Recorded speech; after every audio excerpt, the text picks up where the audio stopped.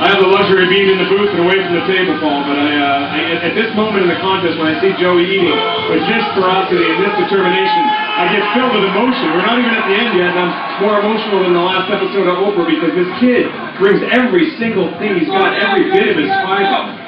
Oh, look at that, Eater X, Tim Janis, heartthrob, every sport. Looks like Leif Garrett with that permanent of his and just needs a shell necklace to bring it all home. Yeah, that guy is a... Now, look at the Pep Bertoletti from Chicago, Illinois.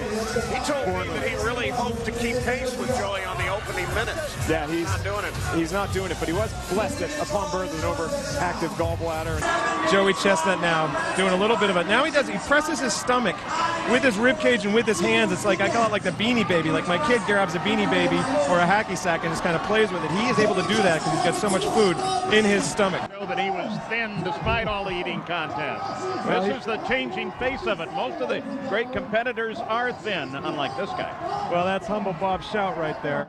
And our competitors from China. So brave of these guys to come to Coney Island on the 4th of July to literally eat America's lunch. They're trying to take over and everything, aren't they? The big man, Ling Ming Kui. They need to take a look at that feature that we had on technique because this just politely eating. It's funny, you know, he said he eats mostly fish and chicken. And when I think of savory chicken dishes, I think of the Colonel and General Cho. But Mr. Kui does not have any military experience, and it looks like limited hot dog experience, but they'll figure it out.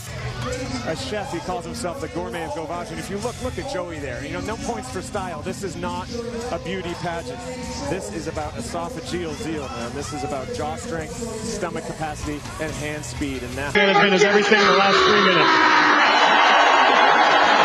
For the love of God, do you love your man just that? Crowd loving every minute of this. Ladies and gentlemen, I said I was emotionally exhausted earlier. I was lying. I was just saying that. But I am now. That was an unbelievable match.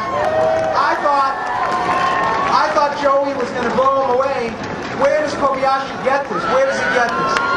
Bertoletti, as I said, is dedicating this contest to Nicky Hilton because he told me he feels as though Nicky lives in the shadow of Paris, and he indeed lives in the shadow of Joey.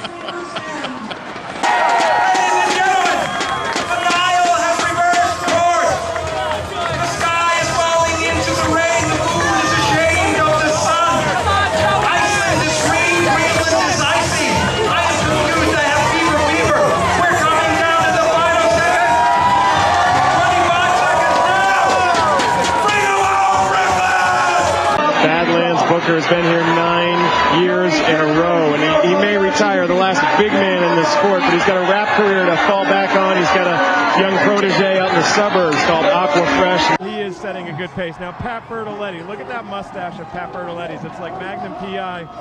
pre-puberty, I think. It's a little off-putting, but he is in it. And you know, if you look at Chuvi, this guy that's a Tokyo style, sort of a mixed Solomon and Tokyo style. You saw him, he broke that hot dog with great ease. I mean, the facility with which he broke that hot dog shows that he knows what he's doing there. Play out. Tiger will win another Masters. Brady will win another Super Bowl. Lance Armstrong will perhaps start dating Jennifer Aniston. It's got to be in the cards, right? And Kobayashi will win another mustard yellow belt.